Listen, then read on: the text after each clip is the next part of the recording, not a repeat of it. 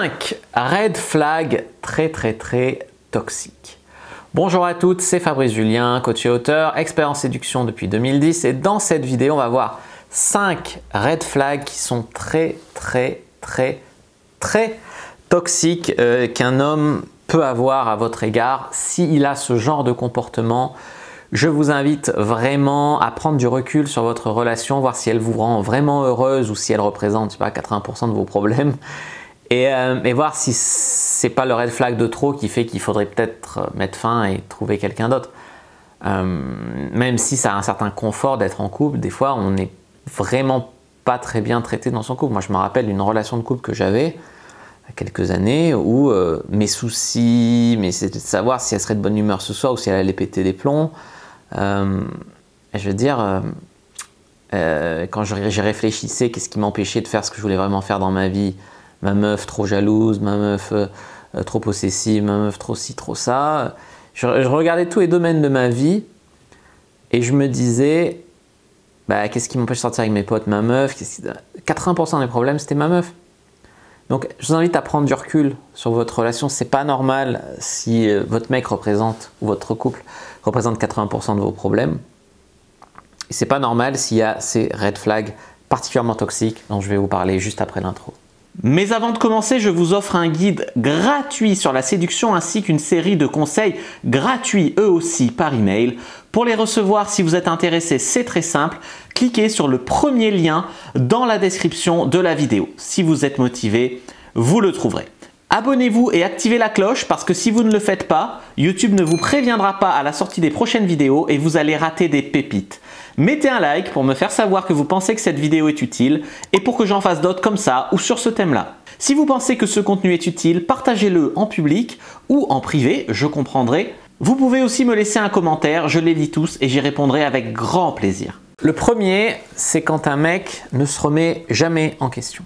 C'est-à-dire qu'il dit jamais qu'il a merdé, qu'il dit jamais qu'il est désolé. En gros, c'est toujours de votre faute, il a toujours raison, etc.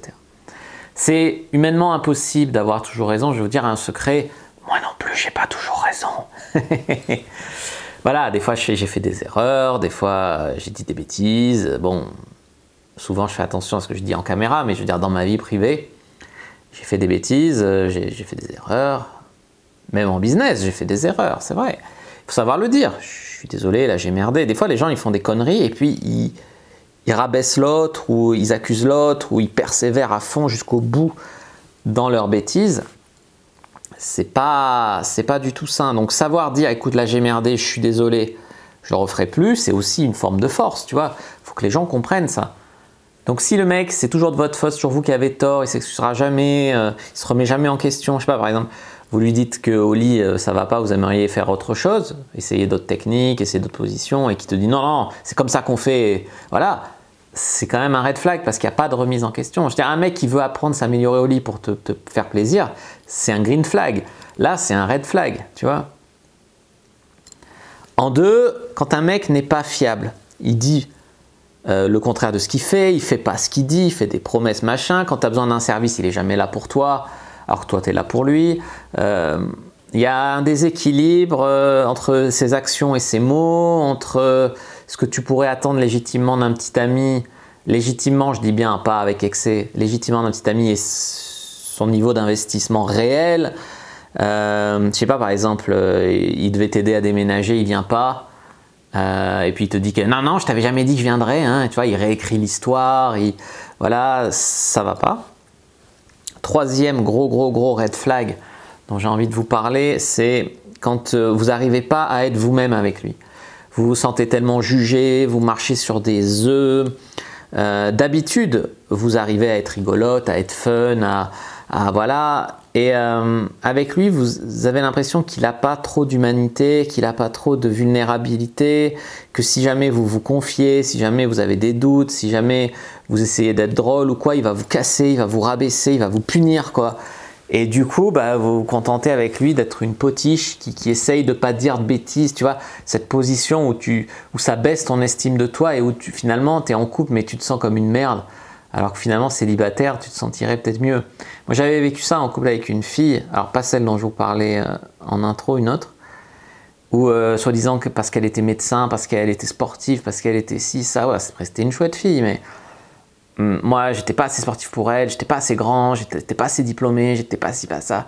Et moi, j'essayais d'avoir son attention, d'avoir ses faveurs, puis mon ego, je voulais lui prouver que oui, j'étais assez bien pour elle. Au final, la vie a fait que elle aurait mieux fait de rester avec moi parce que lors d'un stage de surf, elle est allée en Turquie, elle s'est fait violer, la pauvre. On a chopé des saloperies. Voilà, c'est pas un beau destin qu'elle a eu. Mais au final, sur le moment, elle se positionnait vraiment comme voilà, là, elle va avoir plus vieille que moi, pas d'enfant, pas mariée, pas de couple, rien, pas stabilisé dans sa situation géographique. Je veux dire, c'est pas parce qu'une personne t'es en couple avec, elle te fait sentir que t'es une merde, que t'es une merde ou qu'elle vaut mieux que toi. Tu vois? Donc si tu te sens nul dans ce couple, moi après j'ai rencontré d'autres filles, elles me trouvaient charmant, elles avaient envie de s'engager, de ci, de ça. Je disais putain mais ça contraste. Cette fille elle est aussi bien que l'autre, mais elle me trouve chouette. Et l'autre elle passe son temps à me rabaisser, tu vois. Voilà, tu vois. Donc sachez que c'est possible. Quatrième red flag, si le mec... Alors c'est l'inverse du premier qui a toujours raison, qui s'excuse pas, etc. Là c'est toujours une victime. Vous lui avez toujours fait du mal, c'est toujours le pauvre, il n'a pas de chance, c'est pas sa faute. C'est toujours le mec, tout est propice à se victimiser pour vous manipuler. Le pauvre il n'a pas eu de chance avec son père, c'est pour ça qu'il t'a trompé, mais tu dois le garder parce que tu vois il n'a pas de chance. Tu vois ce genre de discours. Et en cinquième red flag, c'est le ghosting. Vous voyez, des fois, vous êtes proches comme ça, puis des fois, il y a un mec qui met un peu de distance. Et ce que les femmes, elles ont tendance à faire, c'est en faire des caisses pour réduire la distance. Tu vois, le mec se recule et elle réavance 2 fois plus. Et c'est une erreur dans le sens où s'il met de la distance, tu dois soit rester stable, soit en mettre un peu aussi. Mais si tu enlèves l'espace entre vous, il ne pourra jamais le réduire. Tu vois, si toi-même tu bouches l'espace, tu lui enlèves la chance de revenir. Ce que je veux dire ici, c'est qu'il faut laisser de l'espace. Je sais que dans ces moments-là, tu te poses 1000 questions. Pourquoi il ne me rappelle pas? Est-ce que je vais le revoir? Est-ce que c'était le bon? Par définition, s'il ne veut pas de toi, si ça ne marche pas, c'est pas le bon.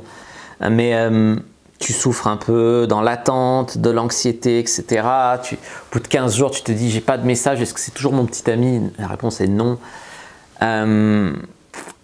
Voilà, vous en arrivez à des trucs comme ça qui vous font souffrir.